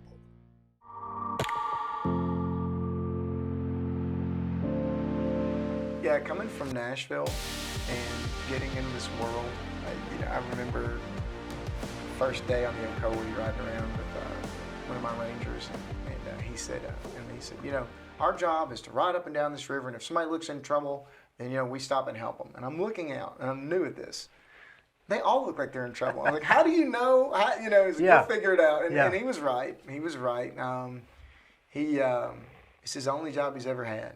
He's been a ranger for 30 years. 30 years. And so he remembers planting the trees in the campground that were this big, and now they're, towering above us. He's the one who's reminded me to not work so hard, to stop during my lunch break and just go sit somewhere in the woods and just enjoy being a park ranger. Do you take your lunch? On the Ocoee you do, because there's nowhere to go. On the Hiwassee, you don't necessarily need to because you're always past the office. But on the Ocoee, you're there. When you leave to work the Ocoee, our rangers, if you ever do the Ocoee, you see them, they're there from the minute that river opens until the minute that river closes, and that's where they are for the day. Do you go to Mac Point? No, that's Forest Service. Mm-hmm. Yeah, what's ours is the Olympic section of the Ocoee and all the way down to the takeout. Do you carry a gun? Yes, sir. We're all state officers. Can you arrest people? Yes, sir, we can. Mm-hmm. You carry handcuffs? Yes, sir. We have the same. We're state officers. We've gotten on details where we Well, they call it do police security for the powers, governor. police powers or whatever. Mm-hmm. Yep. We've done security for the governor. We have we're basically, we're not state troopers, but we're kind of like them in the woods. So. Have you ever had any famous people coming through that you're not supposed to tell who they are or that they're coming? Anything like that? We have famous people come to the Ocoee all the time. Kevin Hart's been down there, the Ocoee, the comedian, Kevin Hart. He has. Did you talk to him? No, I wasn't there for that day. But it's one of those things. Theo Vaughn, who's a big comedian in Nashville, he was there. Yep, Theo just went down this spring, and so Theo. Fall. How old is he? 42. About 42, yeah. So he was from Los Angeles, and then he moved to Nashville, he did. right? Yes, sir. Mm-hmm. You follow him a little bit? I have a good memory. Okay. I remember hearing it, and so he came down. Yeah, he came down and went down the river as well. Did you see him there? I wasn't working that day. Now that I'm manager, I spend a lot of time behind a desk, unfortunately. I like manager, but I think if you talk to any manager, they miss being a ranger. Well, how did you know he was down? Some of the other rangers had seen him, and then they put it on like Instagram too, with him going down. So it wasn't like he was trying to be hidden. No. I mean, they had a camera crew follow him the whole way and everything. Is that right? Yeah, but you just kind of. Is that for his doing or this? Yeah, it's for him. Yeah, it's like his crew, so he put it on Instagram, and it benefits us because it's more, Anybody else famous? Man, I don't want to forget anybody. There's a lot of famous people go down this river. A lot of country stars, a lot of football players, NFL football players. And they're probably incognito. I mean, they're not going to advertise it. They don't want everybody to know. Yeah. But if you do recognize them, then you're kind of like, hey, let's move on. You don't want. Yeah. You want. They're here to have a good time. They're here to have an experience. Well, if you saw them, and you were busy, you wouldn't have time to stop unless you planned on them being there. Yeah. So, but no, it's one of those things that, as far as I'm concerned, everybody on going down my river is famous. We want them all to be taken care of and all to be treated well. So, and that's the way the outfitters are too. The outfitters work very well with us because it's one of those things. If someone messes up on the Ocoee, if something is not done well, it affects everybody because they'll just go, oh, the Ocoee. They don't say such and so outfitters on the Ocoee. And so we have a great partnership. It's inherent for everyone to work together to try to make sure that everyone has a good quality experience because that just ups the reputation of the entire area. So. Angelo, you make me feel like a failure. No, sir. No, sir. No, sir. I have failed in so many ways and so many times in my life, but you're one of the most accomplished people I've met. Well, I've been blessed, and I've been blessed enough to be given forgiveness, and I've been blessed enough to be given opportunities.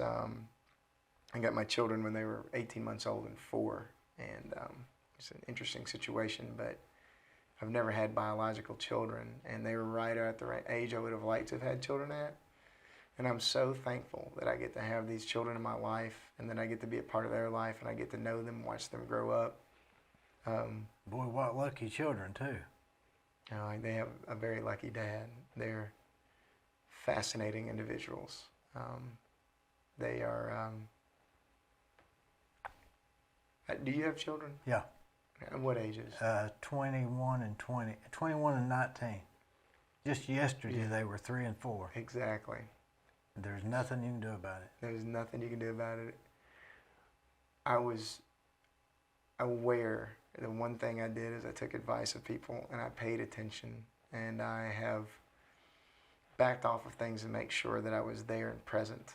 And so I didn't have to look back and go, where did the time go? What, it still does it, but yeah. I was there for their field trips. I was there for their, birthday parties and things like that. And I've never regretted that. It's, and that's, I tell anybody, if you've got kids, you make sure that you will never get that time back. But it just goes like a blink of an eye. Mm-hmm. One day you're looking in the back of the car and their feet won't go off the seat, and you look back there the next day and they're taller than you are. Oh yeah, my son is, he was this little all the time, and now he's 170 pounds and Golly. 5'8". 5'9", 5'10". I remember about last year when he first hit his big growth spurt. He's like, I'm taller than you. I was like, well, let's not celebrate mediocrity. I'm not very tall, so let's just keep on. When I stand next to mine, I kind of raise my heels up just a little bit. Just a little bit. You don't want them to be taller than you, but you want them to be taller than you. He says, yeah. It's really a weird thing. Mm-hmm.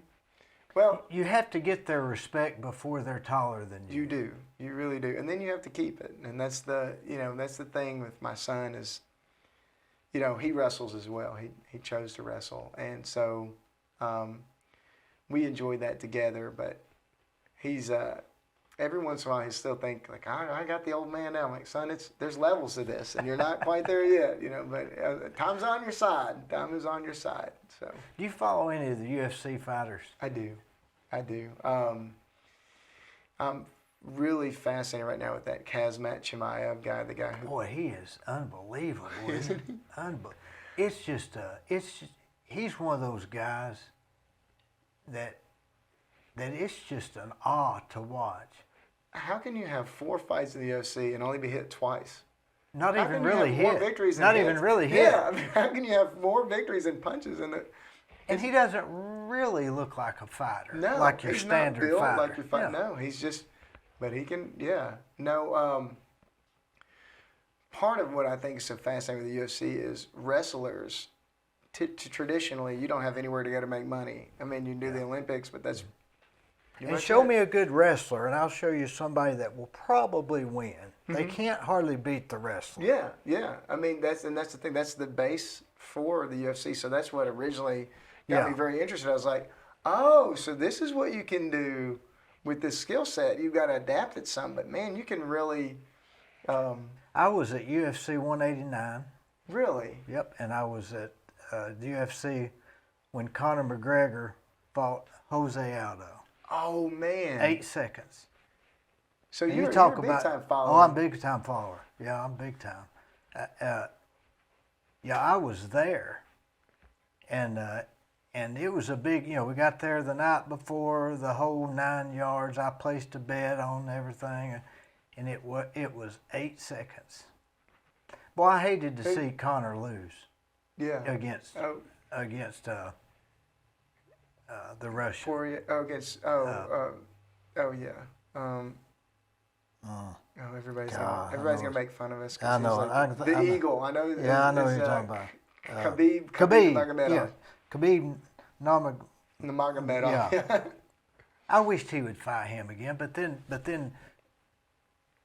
then Conor lost to Dustin Poirier, which I was wanting him to win that one, even though I like Dustin. Then Dustin fights that guy a couple weeks ago and loses Oliveira. bad. You just never know. And style mix-ups too. Styles, boy, change. that's the truth.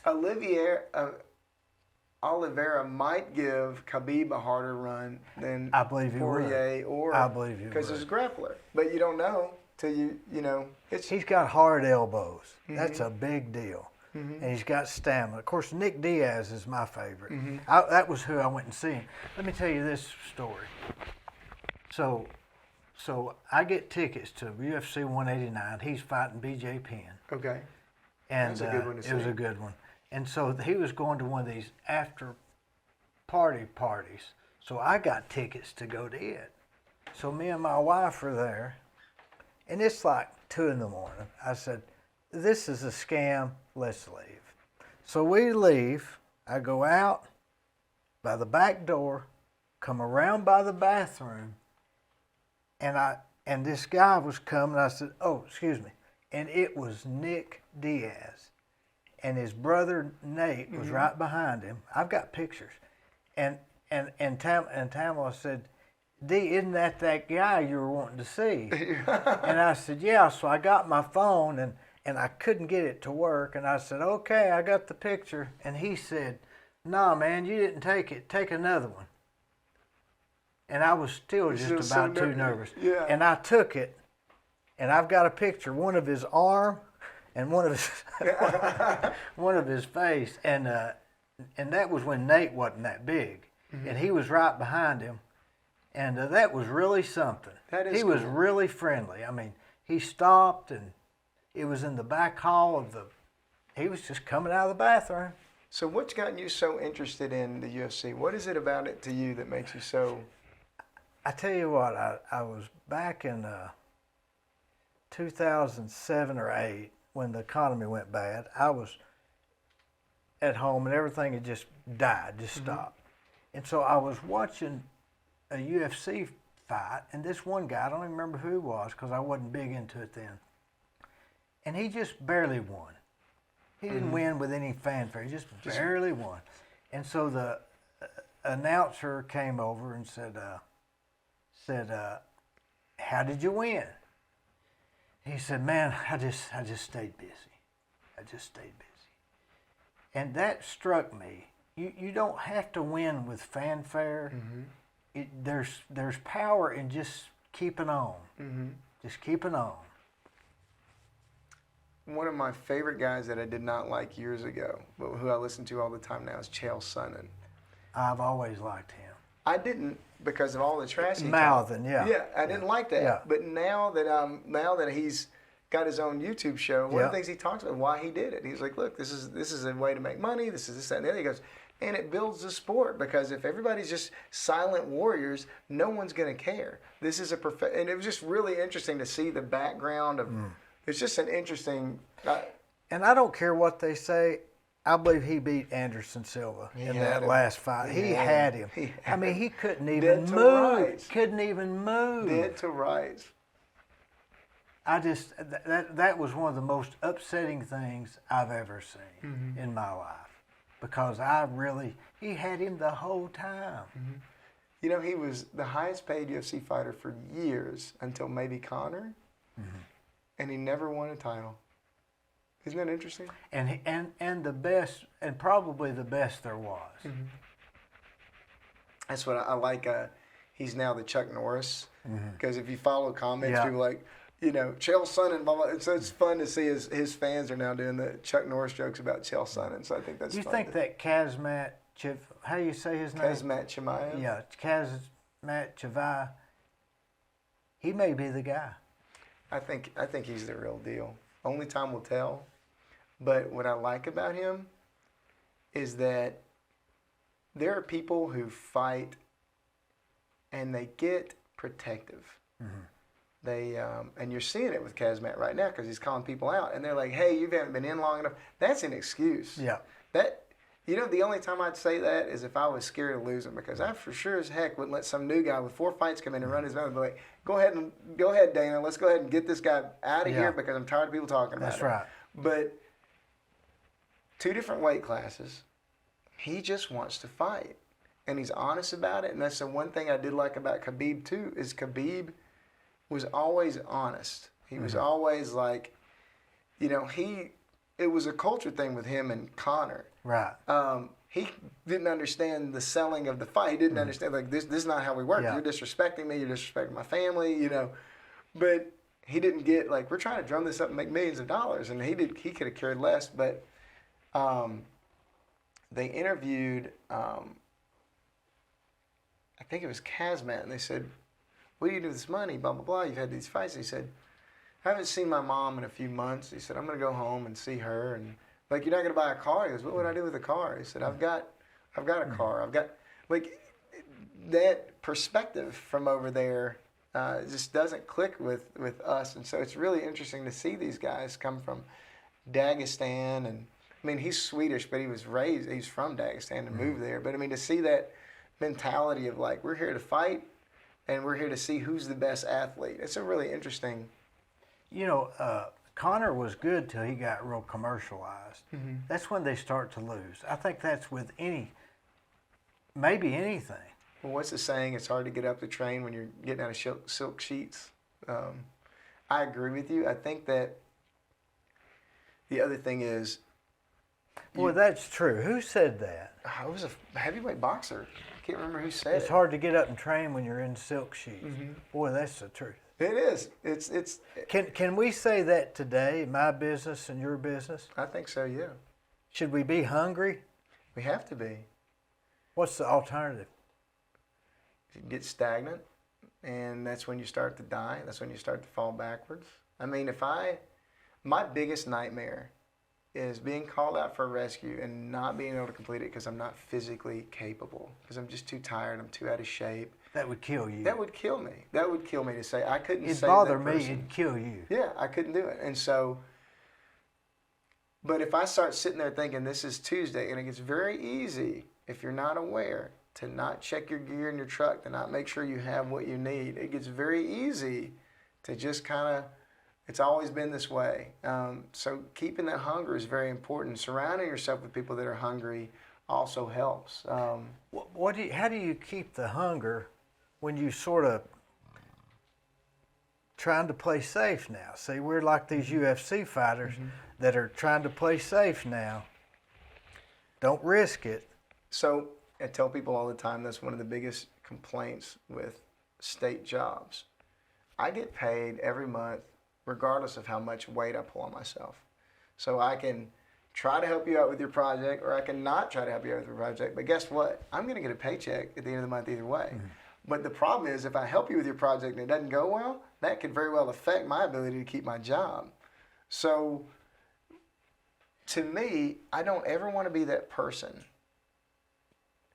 that doesn't see the amazing responsibility and the gift of that responsibility that I was given to our community. Because right now I manage the Ocoee River. And until I'm not managing it, this is my responsibility. And I don't want to be so short-sighted or arrogant to think I have all the answers. I lean heavily on my team, and I want to hear different perspectives from everyone because there are going to be great ideas. Our Jillian, one of our rangers, I saw an ad on her Facebook when she first hired her. She wanted to rent a building so that she could have a meal for people on Christmas Day that were hungry. And I said, just do it at the park. She goes, are we allowed to do that? I said, yes, just do that. So for 5 years now, every Christmas Day, not Christmas Eve, not day after Christmas, every Christmas when day. When it counts. Yeah, when it counts, when you're lonely. Because I know what it's like to be divorced and not have your kids with you on that first Christmas and be miserable. When it counts, when you've moved and you don't have any family. I know how lonely it was to be over in Iraq with Christmas. So when you're away from your family, that day matters. And Jillian knew it too. And so every year, she gathers up a bunch of volunteers and they bring food in churches. And, yesterday was a wonderful day of meeting new people and having people who didn't have anywhere else to go come in and sit down and share a meal together. And that's a cool thing. And you saw them changing phone numbers and talking to each other. And so I would have never thought of that idea. I wouldn't either. And I thought it was a great idea. 2 days before, a week before, but not the day of. Yeah. That's genius.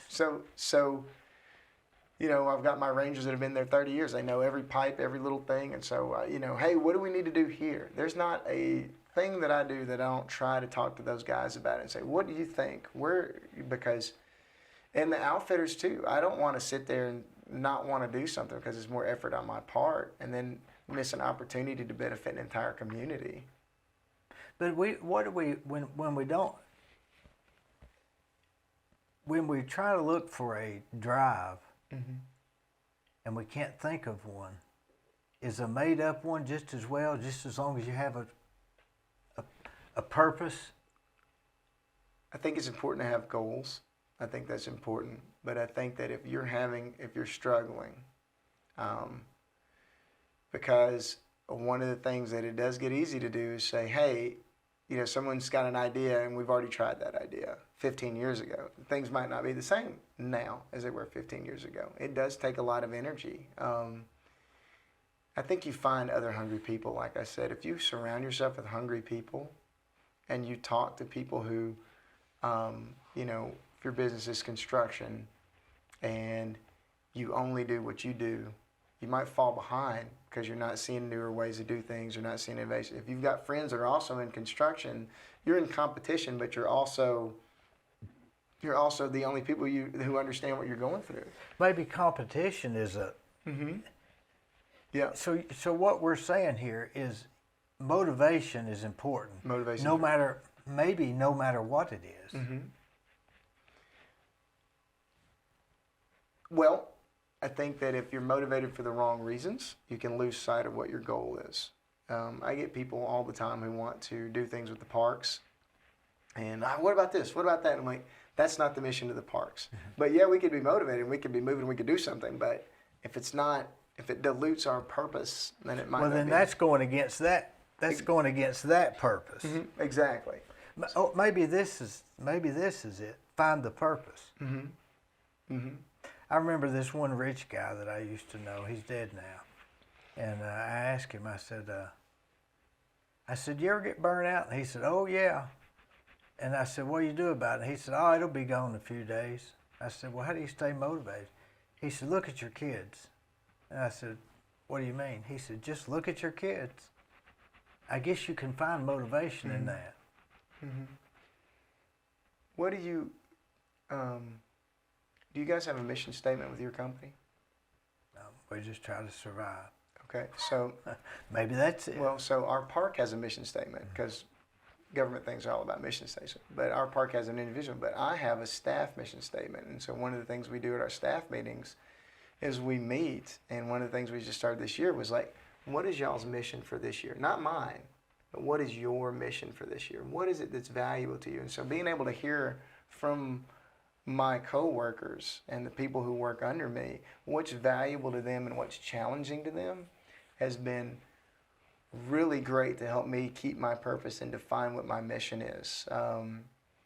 one of the things I did was there's a deck of cards, and if you ever want it, I'll loan it to you. But it's all these different words, and you say you pick out 7 that really mean something to you. And one of the things that I didn't know, I learned a lot. One of my employees wants to have goals and wants to have clearly defined goals in order for them to do things. Another employee can't stand that kind of thing because they feel cornered, they feel boxed in. A park ranger job is a weird job anyways, because it's like, how do you rate how many people you said hi to today? Right. How do you, what do you do with that? And so you need to say hi to 37 people. What am I supposed to have, a clicker? How do I, So some people like different things. One really likes titles. They like to say, you're in charge of this. This is your title. This is what you need to do. So when you find that out, then it makes it really easy to plan their year out as far as their performance plans and their individual plans to say, hey, this is this and this is that. And when we all get together and talk about the problems that we've had and what's the solution for this problem, because I don't, people come up with great ideas, but now we have a mission statement, what we want, what our goals are for this year, what we want to improve on. And it's not something that I made, it's something that we all made. So that keeps me motivated because I know that my entire team is pushing for this. And so I want to do my part for my whole team. So, and you can also look and say, well, I've got this project, I need this done. This matches this person's goal and purpose. Maybe you can mesh the purposes. Yeah, and I agree with you. I agree with you 100%. I think you can mesh those to where everybody wins. But I also think if you are an owner of a company or a manager like me and you have people who come to work every day, their lives are affected by your decisions. Their ability to be happy, their contentment, and it's not just them, it's their wives and their children, because if they're not happy and they're frustrated at work, then they're not able to relax at home. And so to me,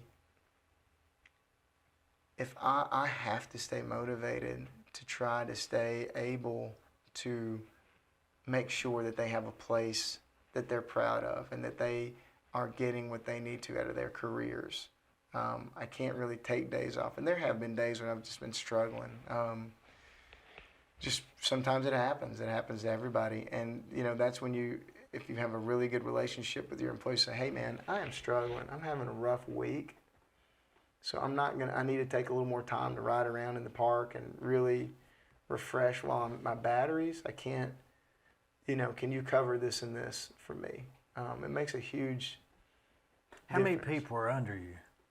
I have 6 rangers. I have a secretary, a clerk, and I will, once I get to hire them, have 2 full-time maintenance people. So basically 9 grown adults with families and children. And their own issues. Their own issues in their own world. And so, you've got your own issues in your own world, but you've got to make sure that environment at work, that's your responsibility. That's yours. And you've got to take ownership of that this is, if this isn't stable, if this isn't fair, if people are being treated differently, that's on me because I'm the boss. And I need to make sure that I'm addressing that and having a good open door policy with them to say, hey, does this seem fair to you? How does this, let's sit down and talk about it. I think really helps a lot to where they understand we're all on the same team. I just have different responsibilities. You're an incredible person. I'm really not. You make me feel stupid. No, sir. Thanks for coming. Thank you for your time.